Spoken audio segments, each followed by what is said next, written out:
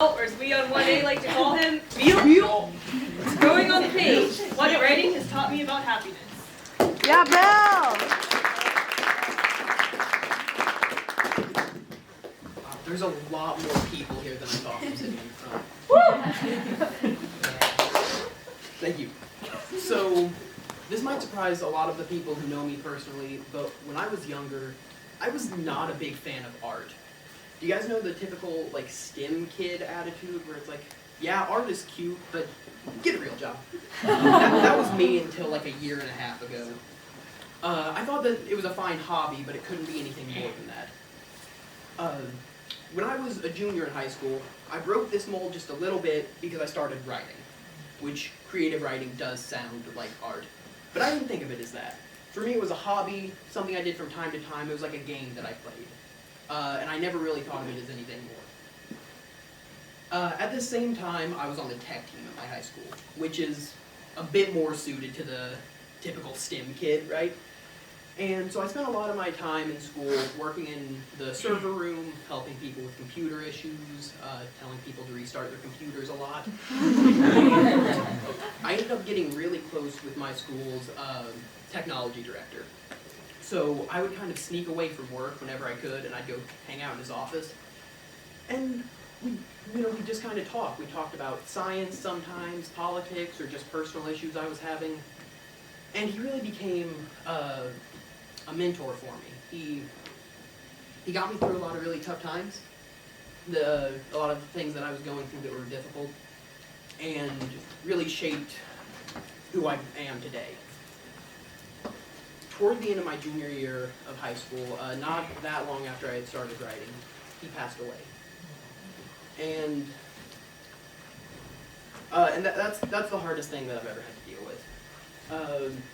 with. For a couple of months, it seemed like there wasn't a single day that went by where I didn't just break down and cry. I was constantly miserable, and I thought a lot about killing myself. And it was a really difficult time to get through. That summer, after I'd had a few months, 3 or 4 months, something like that, to get past the initial shock, I had an internship in Indianapolis, which is about 3 hours away from where I live. So I packed all my stuff up, and I moved there for 6 weeks, which, I don't know, looking back doesn't seem like it was very smart, but I did it. And I was away from my friends, my support system. I was miserable, and I didn't know how I was going to get through it. And so I started really writing. I had been writing these pieces that were like fun, like aliens fighting each other, kind of Star Wars-esque things.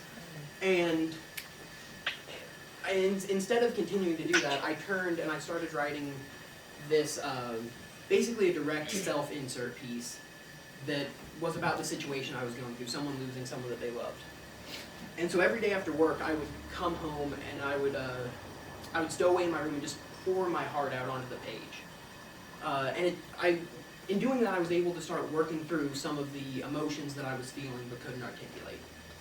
And it did so much for me that when I came back from my internship and I was back with my friends and my support system and I was feeling, a little better, I kept writing. So when I started writing, like I said, I was doing maybe like a page a week. Didn't really read any because I thought that fiction was a waste of time. I mostly cared about like telling myself fun stories and kind of making a game of it. But by the time I finished the piece that I'd been working on, which ended up being a novella, I was writing every day. Even days I didn't want to, I sat down and I made myself write. I was constantly reading, thinking about how I could get better. And at some point, I just realized that writing wasn't a hobby for me anymore.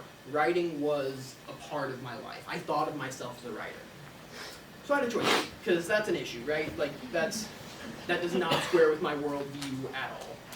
So I could either give up the idea that writing is worth any less than science or engineering, or art in general is worth any less than science or engineering, or I could just stop writing. And I don't think that I would be here today if I had stopped writing. Definitely not at Stanford, and just maybe not at all. So I just decided to let myself and every other artist in the world be happy. So to close, I want to kind of ask, what does this talk about, right? Is this a talk about how writing is the best thing in the world and everyone should do it? No, it's not. But writing is the best thing in the world.